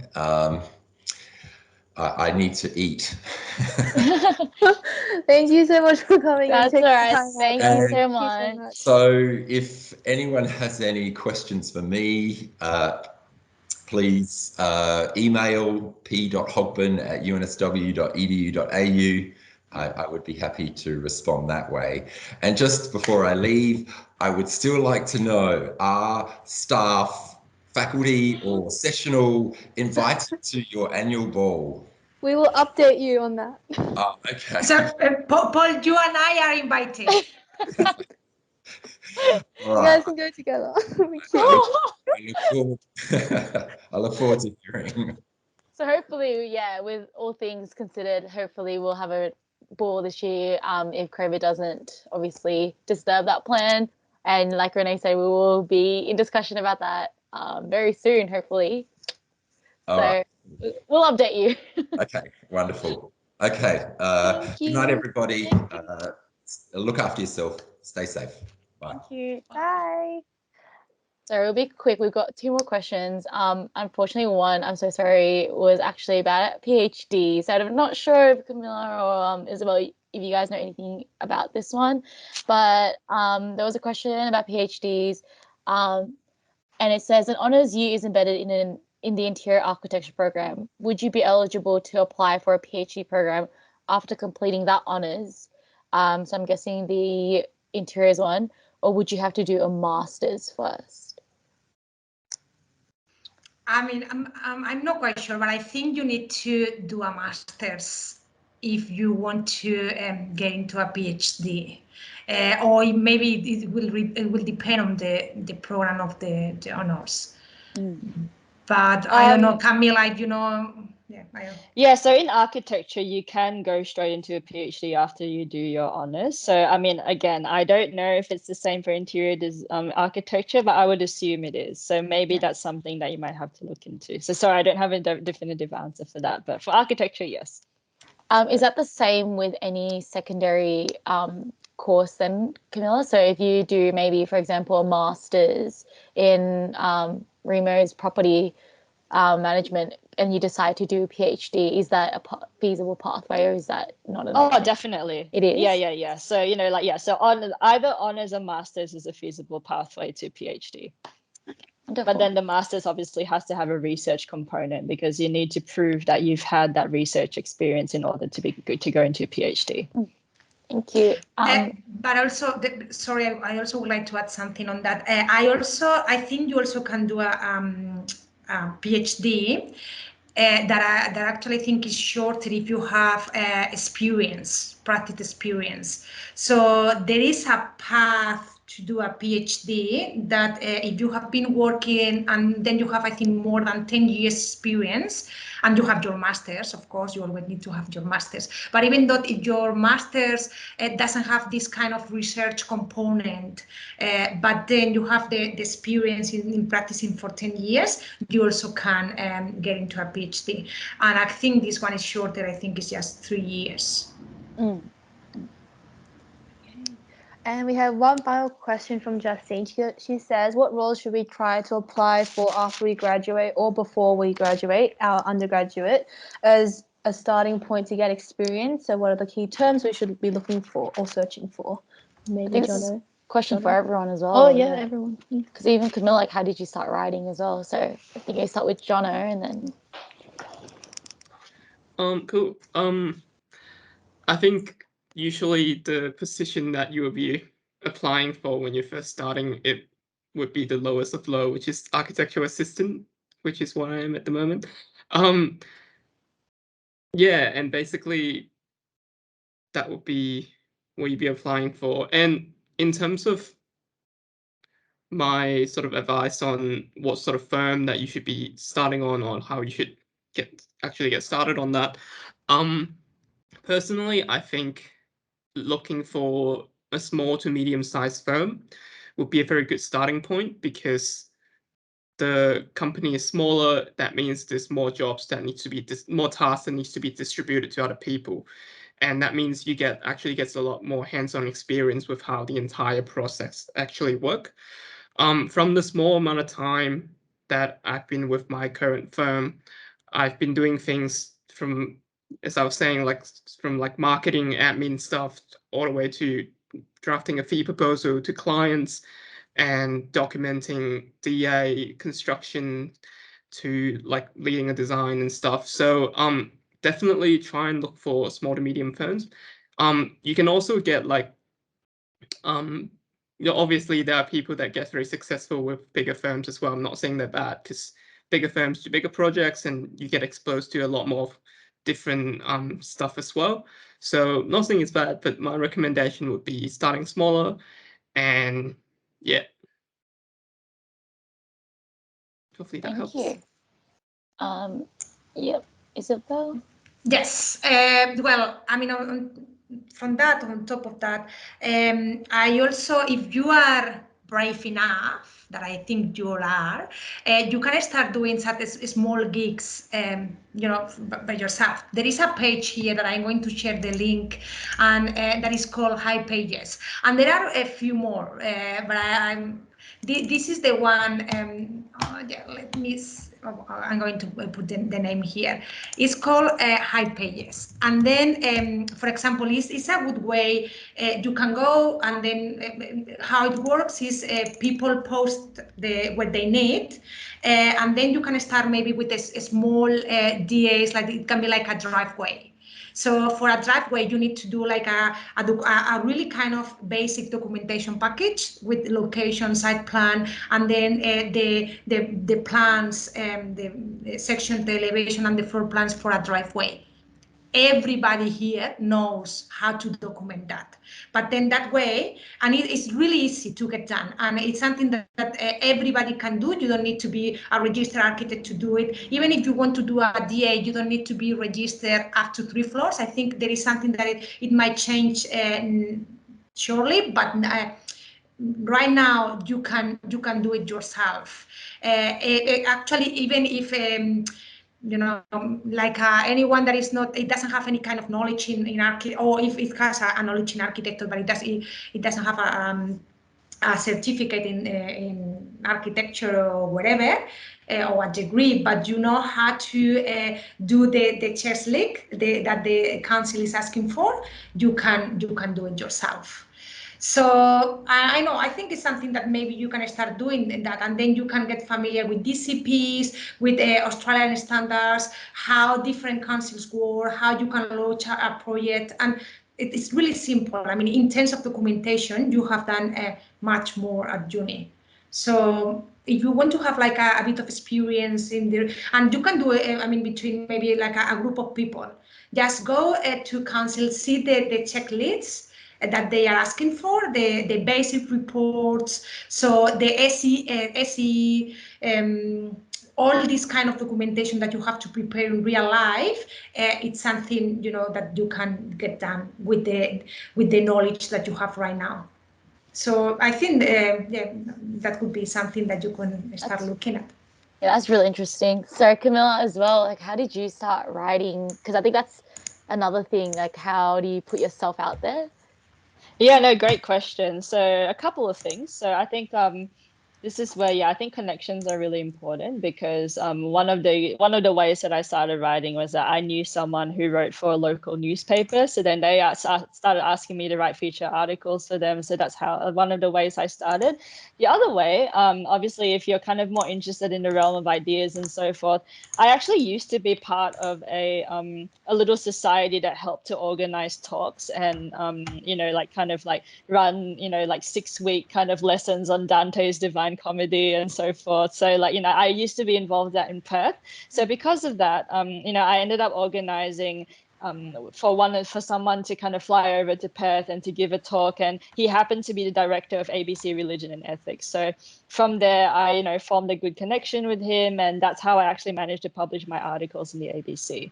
So again, you know, like if you're really interested in a particular field, then actually kind of get involved in the process yourself, you know, like get into there, you know, like organize those events, you know, like make those connections, invite those speakers. And then from there, that's the best way to really kind of engage in, yeah, your kind of field of interest and start to meet the people that you want to meet. So that's the way I did it. Thank you. Yeah, so I think that's relates to the other question about connections, guys. We are in a very fortunate field where everyone is very friendly and likes to open up to each other, so make use of that. You'll never know who you become friends with. I think we have one more question. One last one, yeah. Henley, if you want to ask your question. Hi.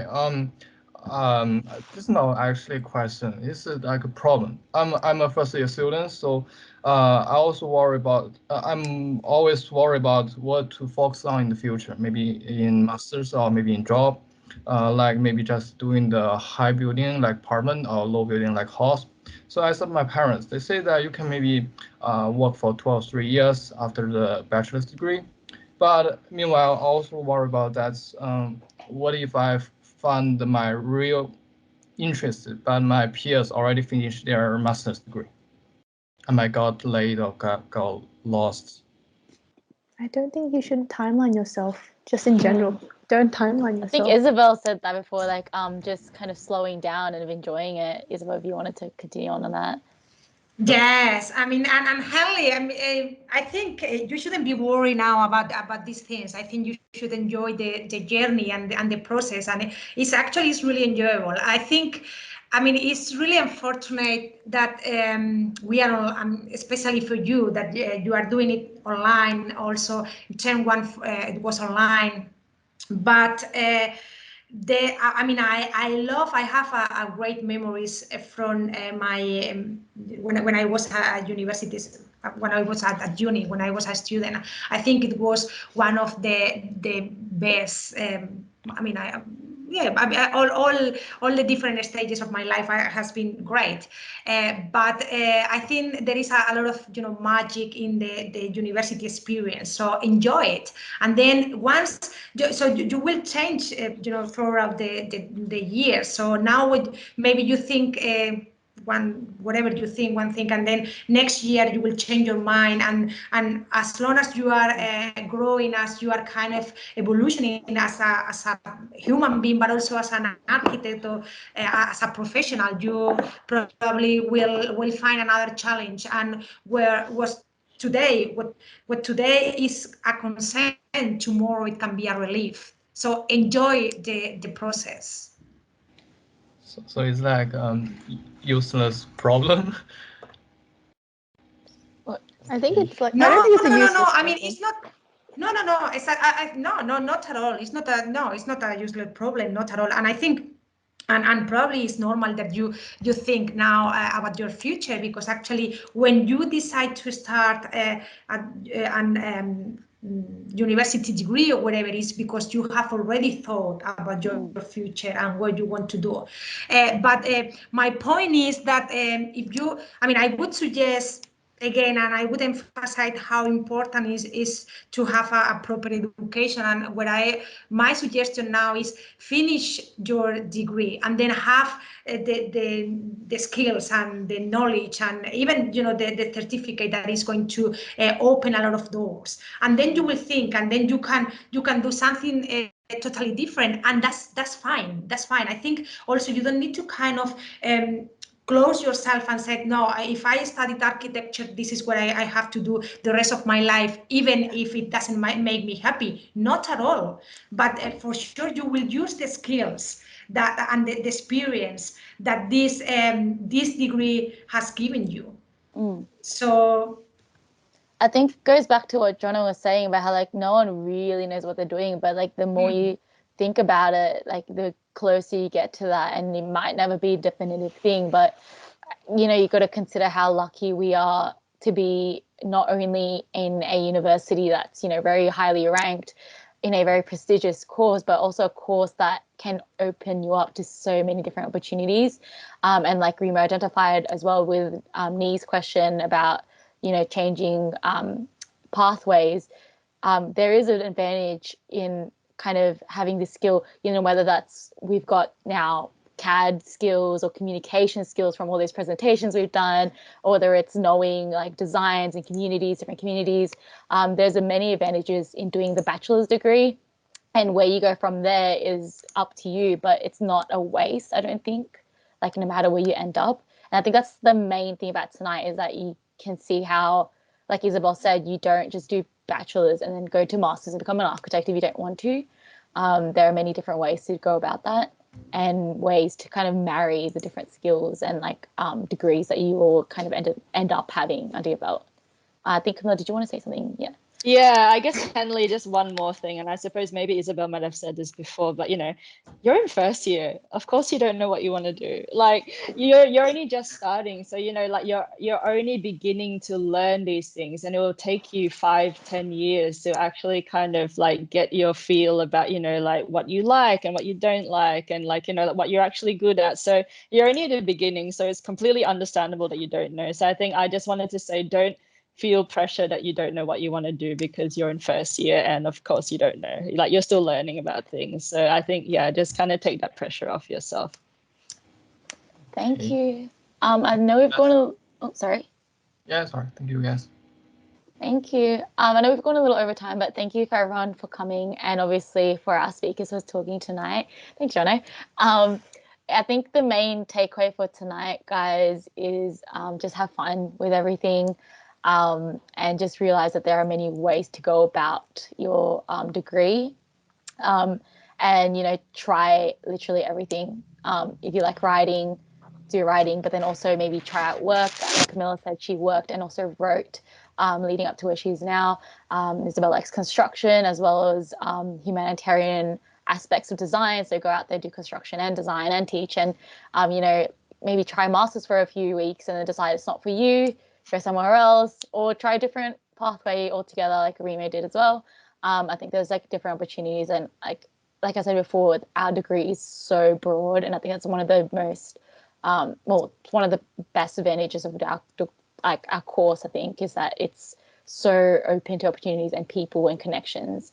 And I think you'll notice it as well. I think a lot of people will notice that in architecture people talk a lot, and we're probably the most friendliest course, and it's a very good thing, and it makes uni very much more interesting. And like Isabel said, just enjoy it. I think everyone needs, I know we worry about the future a lot, and architects have a lot of concerns and we have big egos, but calm down. That's a message to myself as well. I think sometimes you just need to breathe. Yeah, definitely like live in the present. Don't worry too much about what you have to do and what you have about jobs and all that, because I think we always get consumed by that idea. I think that happens a lot, especially when you see people in other degrees like business or comp sci, where they're getting internships and doing this and doing that. And I think that architecture is more about developing your skills, your interests, and then really using those to really make an impact in the future, instead of just constantly getting that experience. And even though that is really important, I think that really find what you're really interested in first. Especially bachelor's, I think. Like masters, that's when you refine your skills, but bachelor's is where you kind of explore things. But like Johnny pointed out, look, make use of the census date. You know, try it, and if it's not for you, just drop it, thinking about it again. And if you think of everything as like a experience, a learning opportunity, rather than, oh, this is the next step is get this degree, think about it as, what skill do I want to learn next? It becomes easier. I think that's another thing. And with that said, we do have an upcoming Stress Less Week event if for any of you guys who want to chill out a little bit and make some stress origami. less. We do have some more chill events coming up, and followed up by another Q&A and forum about working in a firm. So if you guys were interested in that as well. But for tonight, thank you to all our speakers who are still here, and to all our guests. Your input was obviously very, very much appreciated by all of us. And if you guys wanted to reach out to either our team or any of the speakers tonight, I'm sure they'll be happy to keep in contact with you guys. So thank you for everyone for coming. And again, for our speakers, best of luck and see you guys around. Thanks, guys. Thank you. Thank you. Thanks for having us. Thank you. Thank Thank you for you. inviting us.